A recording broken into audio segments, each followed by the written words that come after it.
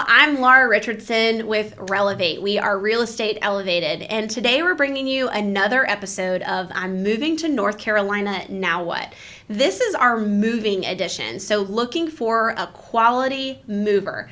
I have the owner of nextstopmovers with us today, Josh Murray, and he's going to kind of tell us a little bit about how North Carolina is a little unique in regards to the moving industry, as well as some great tips and tricks on how to vet your mover when you're getting that part of the process started. So I'm going to go ahead and flip it to Josh and get him to tell us a little bit about his company and how he even got started in the business. So Josh, thank you for being here. Thanks for having me. My name is Josh Murray, owner of nextstopmovers. I got into the moving industry based off, I've been doing it off and on my whole life. Mm-hmm.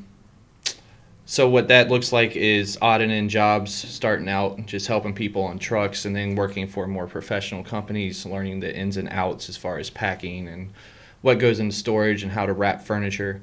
And then one day I have a business partner, and we just decided to give it a shot and really go out on a limb and try to become entrepreneurs in Raleigh. And so far it's turned out very well. Yeah, absolutely. So I think we hear that story with a lot of really accomplished entrepreneurs like yourself, where you've had some personal experiences that have led to your want to give back to that industry, where you have found kind of a niche group that just really you can speak to. And I know that's kind of been your backstory in kind of dabbling a little bit in the moving industry and thinking, okay, we could do this even better probably. And so kind of framing your company around that concept. Right. Absolutely. Well, so I'm going to ask you some real key questions because I know me when I'm thinking about moving my family, right, into a new home. What are some good questions that a consumer can ask a potential moving company to kind of vet who's right for them? Right. So that's a really good question. And my experience is that when you first talk to your movers, don't be too excited about getting right to the price. Mm-hmm. You really want to dig into, are you licensed and insured? What protection habits do you have for my furniture as well as my home? Mm-hmm. As well as how long you've been in business. Are you certified? Do utilities commission? Mm-hmm. And these are all good questions to start building a relationship with your mover. And that's what we want to do with our clients, is have a relationship. At the end of the day, it is business to business, and we want to help each other out. But we also want to have a relationship where we can easily communicate, and it's not once we hang up the phone, you don't hear from me again.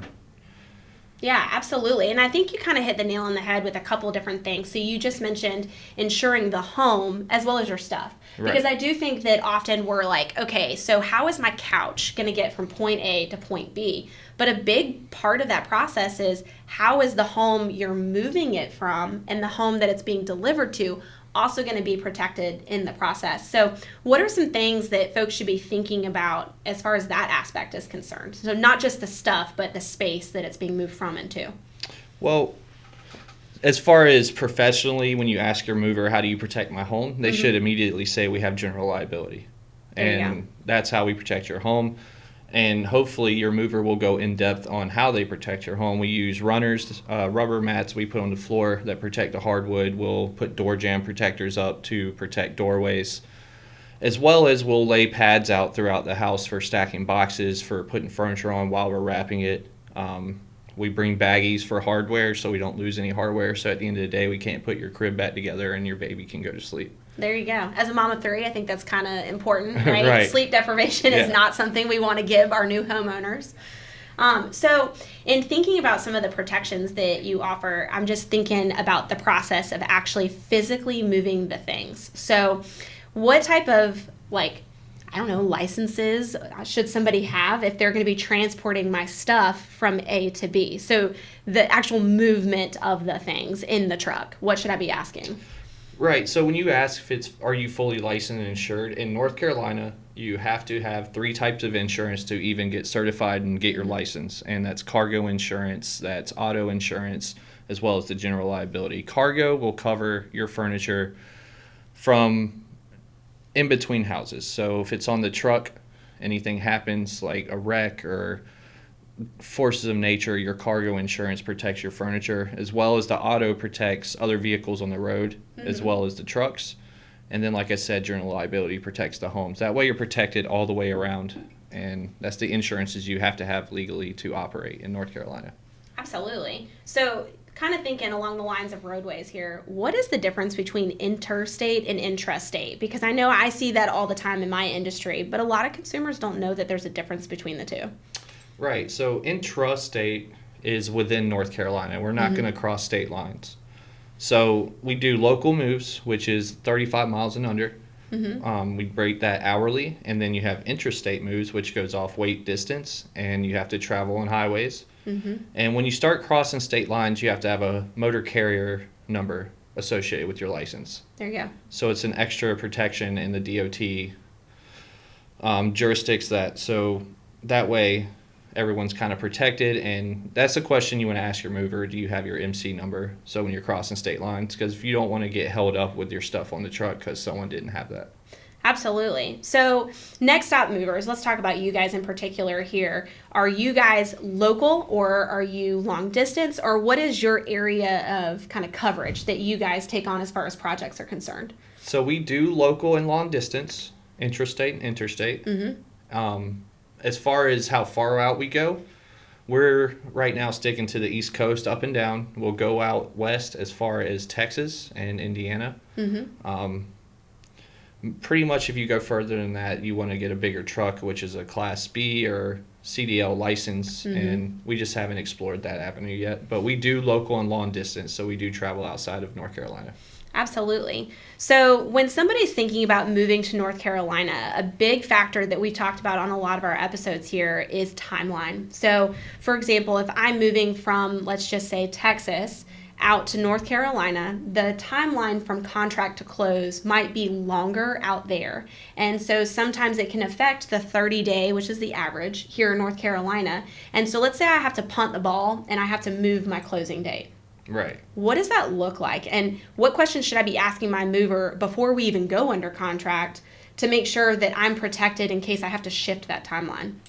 So the questions you should ask movers is, what's your availability first and foremost around these dates, and have specific dates in mind and worst case scenarios in mind. What the movers should be asking you is, how flexible are you if we can't meet your worst case scenario date and we have to push it back further because of our schedule. Absolutely.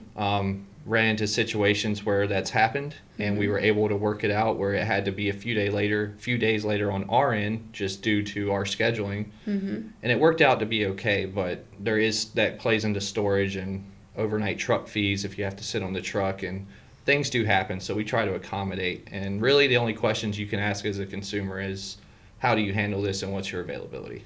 Absolutely. And something that's really important for those of you who are listening or watching this, when you're moving to North Carolina, we do actually have a 7-day loophole in our contract. And so what that means is that if closing day is scheduled for, let's say, the first of the month, and either the buyer or the seller can't close for whatever reason, it could be any reason, no reason at all, they can actually bump out closing by 7 days, and that's 7 calendar days, without having to amend the contract. It actually used to be 14 days, and very recently they changed it to 7 and shortened it. So obviously that's a question you want to talk to your moving company about. Like, how are you going to store my things, and what's going to happen? Are there extra fees involved if for whatever reason we have to kind of punt the ball? Because at the end of the day, this is a business to business decision, right, and everybody wants to make sure that they're protected and kind of have those expectations up front. So speaking of timeline, how far out, and I'm sure this varies depending on the market and the calendar year, but how far out should they be talking to you guys to kind of vet you, or at least let you know that their timeline will be coming up? We really appreciate 30 days for the first phone call, and getting us in there to do an in-home estimate, getting our eyes on your stuff, and being able to give you an accurate pricing, and be able to do that within the first week. And that gives us all the time in the world to adjust. It's always better to get on a calendar and have to adjust your dates than to wait because you're not sure about dates, and then we book up and we can't even accommodate you at all, and you've waited until last minute. Absolutely. So just thinking about how things, we would love to say that nothing ever happens in real estate, but having done this for a little while now, I can attest that some of the weirdest situations can populate when you're doing a real estate transaction. North Carolina, a lot of people come here for the weather, right? They're moving here because the weather is nicer. But what are some things that could actually impact their move that are maybe weather related in North Carolina? Have y'all seen anything like that? kind of happen? So personally, our company has worked in the snow. Our hurricanes are very mild here. So we worked in the hurricane, pouring rain all day, and we have ways to protect furniture and items as they're coming on and off the trucks. There's really nothing that stops us because we understand closing dates don't stop because of weather. So we try to accommodate that the best we can. Unless it's like an earthquake, a fire, or more than 3 inches of snow, we try to stay on the road. Which, to clarify, for those of you who are wondering, earthquakes are not really something we see often here. I think the last one was like 10 years ago that was really significant. And you got to question if it even was one. Yeah, exactly. It's kind of one of those things that's left up to be determined. So you mentioned something about packing things. So I am packing up my house, and so I'm going to throw all my fine china in a box and then just pray that it actually makes it there. I'm sure that makes you kind of like the pit of your stomach is like, please don't do that, because you guys obviously want to make sure everybody's stuff gets in one piece, not multiple pieces from point A to point B. How do you encourage people to let y'all maybe even pack those items, or is that even an option that a lot of people are aware that you even offer? I'm not sure if people are aware of it. It is in our spill. When we first talk to people, we ask them if they need packing or storage. Okay. So if it comes to you don't want packing and you do want to pack all your fine china, we very highly encourage newsprint, putting them in double corrugated boxes, and making sure it's not in a bunch of breakable items in a large box. Put it in a small box and make sure it's flush to the top, where if you stack anything on it or another box on it, it won't cave in. Absolutely. So going to your local ABC store and getting boxes that have been used multiple times, probably not the best method, right? Not the best method. I've seen handles on those break. I've seen the bottoms fall out. You want to get industry tape. You don't want to use clear tape on your boxes. I've seen people do that. When you don't want stuff hanging out your boxes, board games are a big one. In a large box, they're sticking right out the top. That makes it very hard for your movers, as well as takes up space in your truck that you've paid for, and you don't want that because you might end up having to go to a second truck if you have a big home. Yeah, absolutely. So do people, in your opinion, tend to have a good gauge of how much space their things are going to take, or is it pretty common for folks to kind of undervalue the amount of stuff that they have? Because I'm just thinking about all the boxes that have made it multiple moves with us, and they're still not opened and unpacked. They just continue to travel in the same box year after year. It's very common. And I get this all the time. People like to tell me, this is what I have and this is what it's going to take, and it's going to take this amount of hours. Okay. And it's very hard to determine without an in-person estimate being done, taking a look at all the items, and having a thorough conversation with the customer if that's in fact true. And that's the difference between professional movers and someone you hire just off the internet. We're probably going to take a little longer because we're going to make sure everything's wrapped and protected. We'll even close boxes if we need to, but we don't like putting stuff on our trucks that aren't ready to go. So we'd rather have a conversation at the end of the day about why it was a little bit longer than expected than why are three of my items broken. Yeah, absolutely. And I think you kind of mentioned something that's really important is those in-person consultations. So making sure we're taking advantage of that time face-to-face, because I know we deal with that in our industry as well in pricing homes, where folks want a desktop pricing, and a lot of times that's not going to fly because the home has been updated or changed, or there's some factors we just can't accommodate for based on the previous MLS listing. So I think that that's really important that folks know that those in-person consultations are really important for you guys. So when you're thinking about Next Stop Movers, what makes you guys unique in comparison to others in the industry? So I believe what makes us unique is our genuine personalities that we bring to the table. We definitely put a lot of hands-on training with our employees. We vet them very thoroughly. And I use unique loosely. There's 3,000 companies in Raleigh or North Carolina alone. So as far as when you just hire someone off Craigslist or you didn't check if they're licensed and insured, we are unique in that respect where we are professional movers. We use the proper boxes, material, and we take the time to really get to know your home and you so we know how to help you with your move. Absolutely. And I can definitely attest to that, having had numerous clients work with you guys, and the process was wonderful from start to finish. Thank you.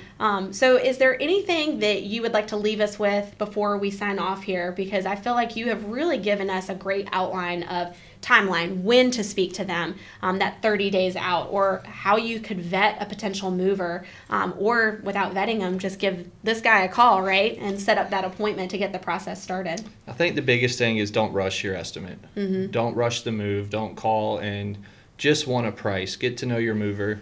Get to know the company that they own, and really take heed to what they're saying, because I've seen a lot of people get in a lot of tight situations because they did not want to be patient. Absolutely. So patience is key when it comes to moving.